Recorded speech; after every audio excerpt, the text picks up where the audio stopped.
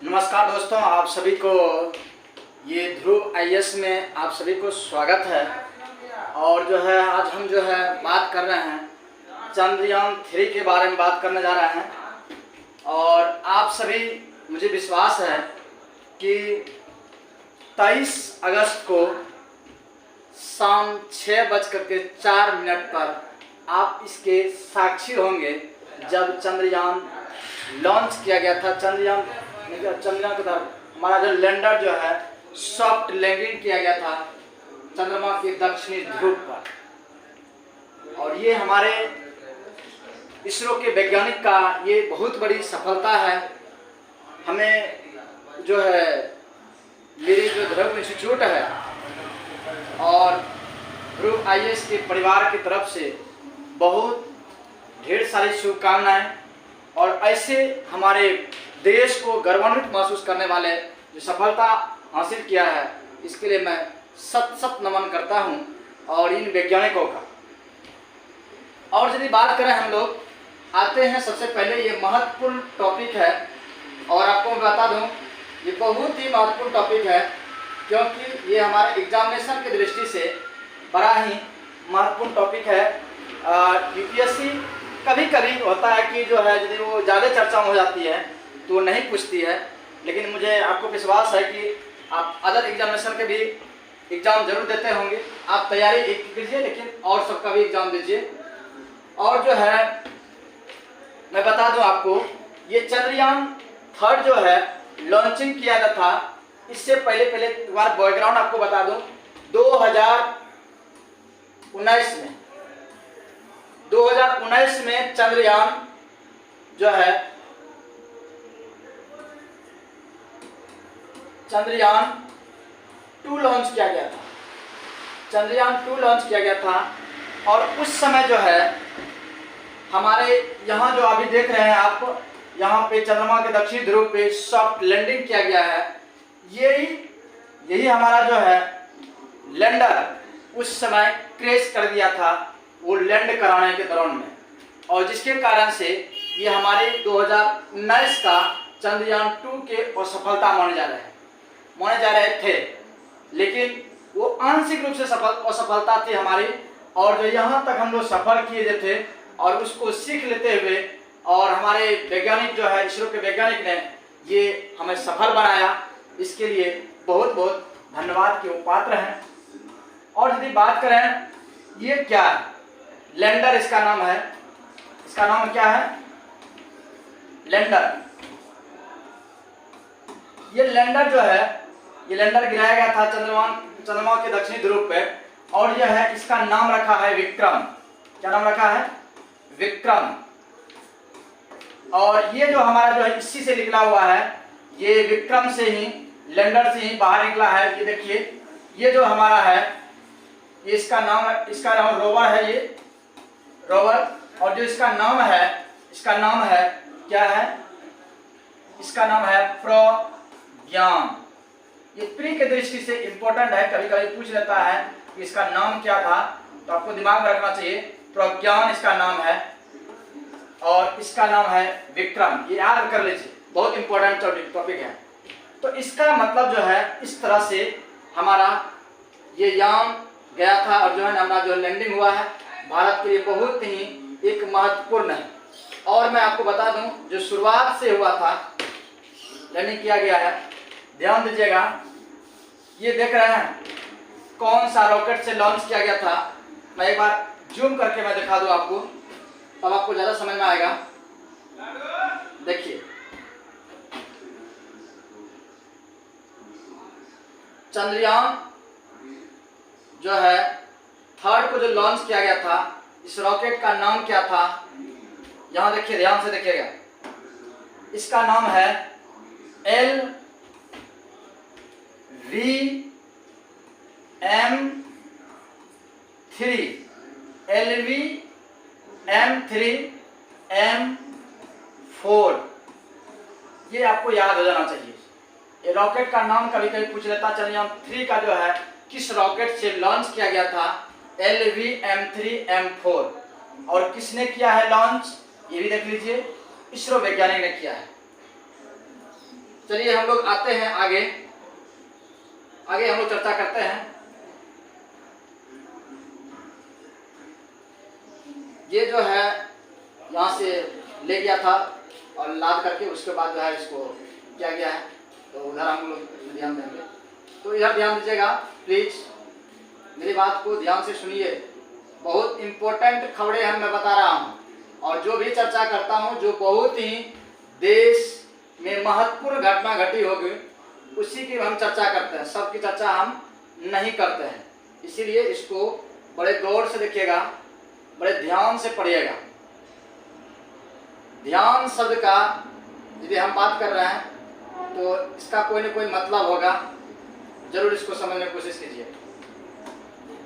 और सबसे पहले जो है ये लॉन्च किया गया, तो ये जान ही रहे होंगे। और ये लॉन्च किससे किया गया, कौन सा रॉकेट से?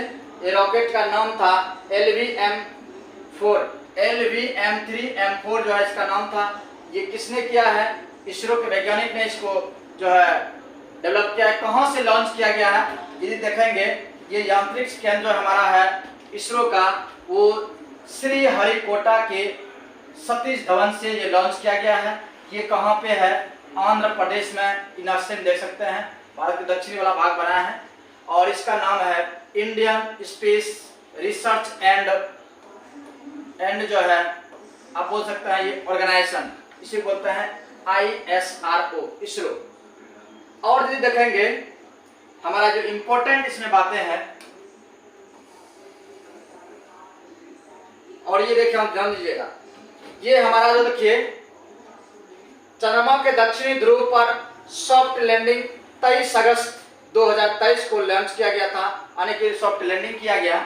और ये सॉफ्ट लैंडिंग जो किया गया है, ये इसमें जो है विश्व में भारत जो है प्रथम स्थान प्राप्त कर चुका है। यानी कि यदि हम एक बार चित्र जो थोड़ा बना लें तो आपको पता चल जाएगा इस तरह से।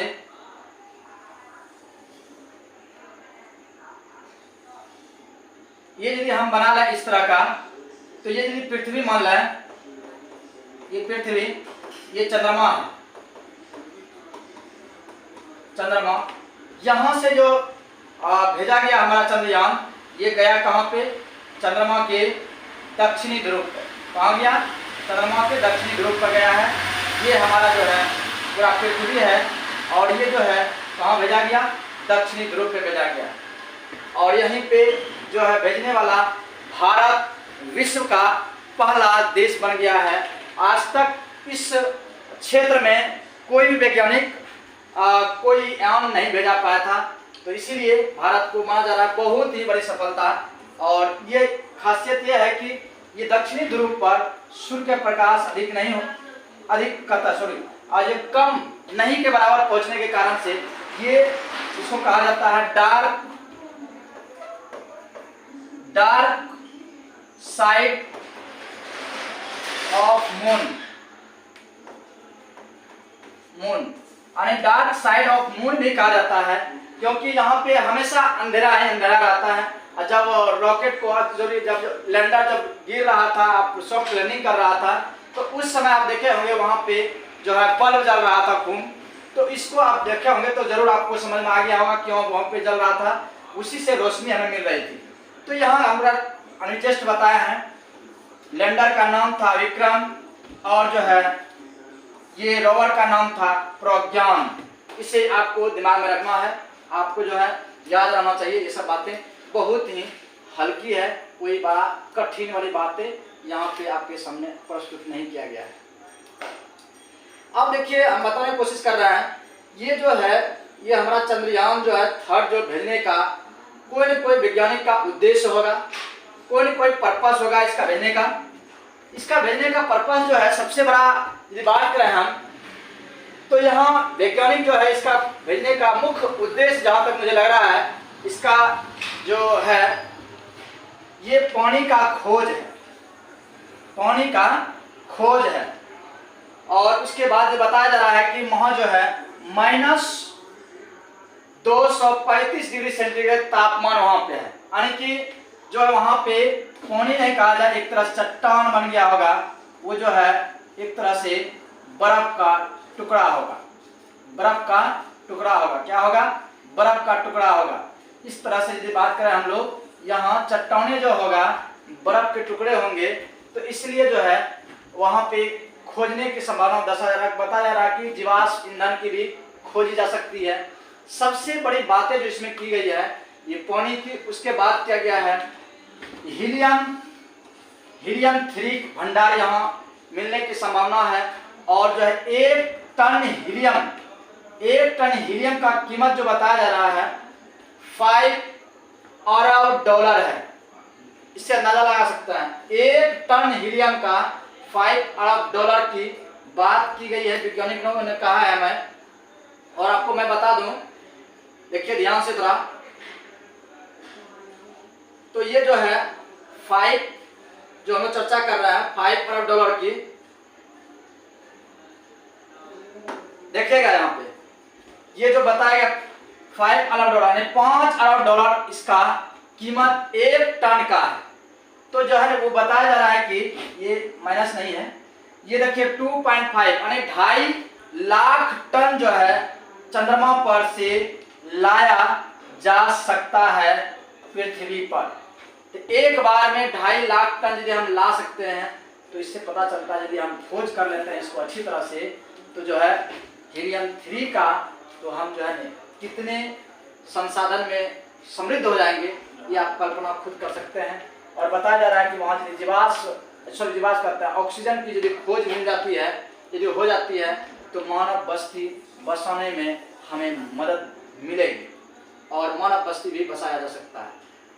तो इस सभी से आप जो है इसको समझ सकते हैं और इसे जरूर बार बार आप इसे वीडियो को देखने की कोशिश कीजिएगा ताकि आप इसको अच्छी तरह से और समझ लें,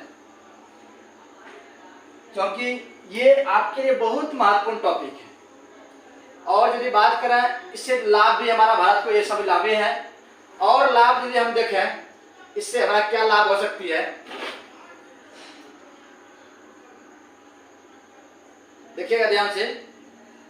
लाभ जो है और हमारा जो हो सकता है, ये भारत को लाभ जो हो सकता है यांत्रिक के क्षेत्र में अभी हमारा 2% का योगदान है। कितना है? 2% का योगदान है।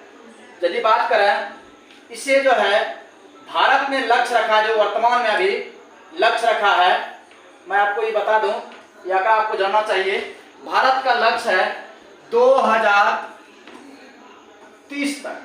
कब? 2030 तक। कब का? 2030 तक भारत का लक्ष्य है।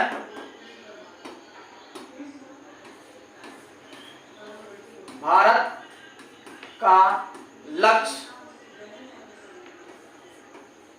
जो है आपको बता दें 2030 तक में। 2030 तक में। कब? 2030 तक में। ये ध्यान दीजिएगा, बहुत इंपॉर्टेंट हम बात लिख रहे हैं इस जगह। कब? 2030 तक में जो है हम जो है 9% की योगदान का लक्ष्य रखे हैं। किसमें? यांत्रिक के क्षेत्र में हम 9% का योगदान देंगे। कब? 2030 तक का लक्ष्य रखे हैं। तो इसमें भी हमारे लाभ होंगे, इसमें योगदान देंगे। और यदि बात करें भारत में 400 स्टार्टअप अभी यांत्रिक के क्षेत्र में काम कर रहे हैं। और आपको बता दूं ये जो बड़ा महत्वपूर्ण ये बात है कि जब सॉफ्ट लैंडिंग हमारा सफल हुआ तो जो क्या हुआ कि इसमें बड़ा ही उछाल आई, वैश्विक लेवल पे हमारे डिमांड बढ़ने लगा। तो इसलिए हुआ क्योंकि जो है विश्वास लोगों में अधिक जगह, और जब विश्वास हो जाता है तो वो ब्रांड जो हमारा अधिक बिकता है। तो वही साथ हमारे इसके साथ हुआ है कि अधिक इसकी डिमांड हो गई है। आज तो मुझे पढ़ने मिला है कि एक जापान की जो है जो यांत्रिक क्षेत्र में काम करने वाले वैज्ञानिक, उसने भी हमारे इसरो के साथ संबंध अच्छा करने के लिए आमंत्रित कर रहे हैं। रक्षा के क्षेत्र में भी आत्मनिर्भरता को हमें बढ़ावा मिल सकती है। और लास्ट पॉइंट यदि देखेंगे ये कहता है, देखिए यहाँ पे लिखा हुआ है रिफ्यूलिंग स्टेशन। रिफ्यूलिंग स्टेशन का मतलब, रिफ्यूलिंग मतलब होता है ईंधन। जो यहाँ से ईंधन स्टेशन जो है हम बना सकते हैं, स्थापित कर सकते हैं वो पे, और इससे जो है वहाँ पे हम जो है नहीं पृथ्वी पर से चंद्रमा पे भेज सकते हैं और ईंधन। तो इस तरह का जो है हमारा लाभ भी है। और यदि बात करें हम लोग, इसमें एक पॉइंट हम एक और बता दें, अंडरलाइन कर दें, क्योंकि ये भी इम्पोर्टेंट है आपका। विश्व में भारत चौथा स्थान प्राप्त किया है, किसमें? चंद्रमा पर भेजने में। इससे पहले जो है 4 देशों का, सॉरी 3 देश, कितना है? 3 देश आप यहां देख सकते हैं। अमेरिका है, कौन है? अमेरिका। उसके बाद सोवियत संघ जो कि विघटित हो गया है, और ये है हमारा वर्तमान में रूस। अमेरिका, रूस एवं चीन, ये 3 देश पहले ही चंद्रमा पे काम कर रहे हैं, और उसमें जो है चौथा देश भारत का बन गया है। ये ध्यान दीजिएगा, चौथा देश बन गया है। पहला बना है चंद्रमा के दक्षिणी ध्रुव में पहुंचाने वाला, और वहां जो काम करेगा चंद्रमा पे, इस तरह का जो काम हो रही है, विश्व में चौथा देश भारत जो है बना। तो ये टॉपिक आपको प्री में भी कंटेंट के रूप में काम कर सकता है। यदि सपोज कीजिए यदि नहीं भी पूछता है एग्जाम में यूपीएससी ने, तो आप इसे कंटेंट के रूप में भी यूज कर